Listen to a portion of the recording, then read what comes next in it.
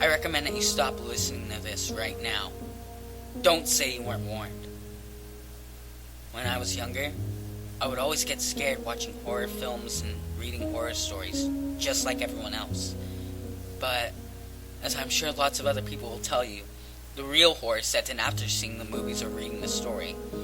You just experience the story with some monster, demon, or other force, probably one that wants to kill you. The rest of the day you are on your guard, especially at night. Every creak you hear, every flickering shadow, every slight sound in the darkness frightens you. When you are in your bed at night, you hide under the covers and hope that you can just make it until morning, that the light of the sun will destroy any evil forces trying to harm you. When I was a kid, I would always try to stop my fear by thinking about one thing. Why would the monster attack me now?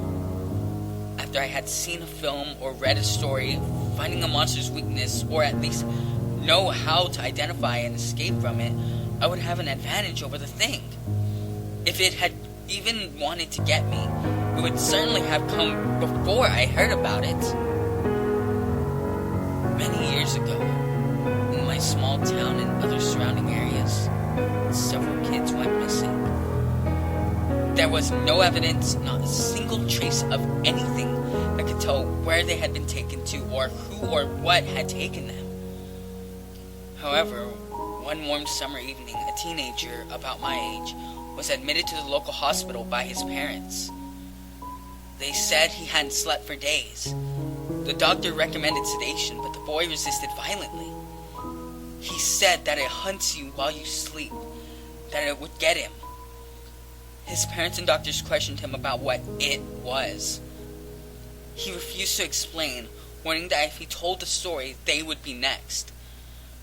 After quite some time, the boy, exhausted, gave in and told them the same thing that he had been told. For an unknown amount of time, years, perhaps decades, a monster has existed in our world. No one knows the original source of this thing, but it had been taking people ever since it first came into existence. It had attributes similar to some other monster stories. For example, it haunts your dreams.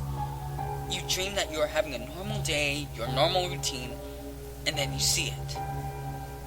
Off in the distance, somewhere, and it just stares at you. Yellow eyes, and a figure that you can't quite make out.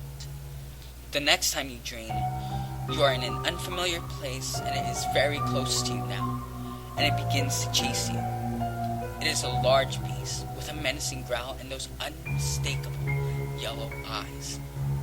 You try to escape it, but it just keeps getting closer and closer. Then you wake up. There are no accounts of the third dream, because that is when it gets you. You disappear. You're gone. There's nothing more to it. Well, there is one more thing. The most important detail. It only starts to haunt your dream once you've heard of it.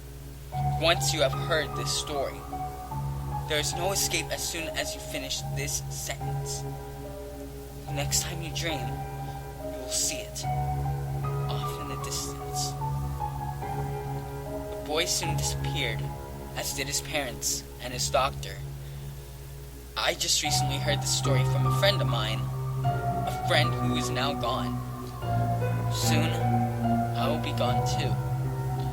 My old strategy of why now when I know what's coming will no longer work. It attacks when you know. One more dream and I will be gone. Before long, you'll be gone too.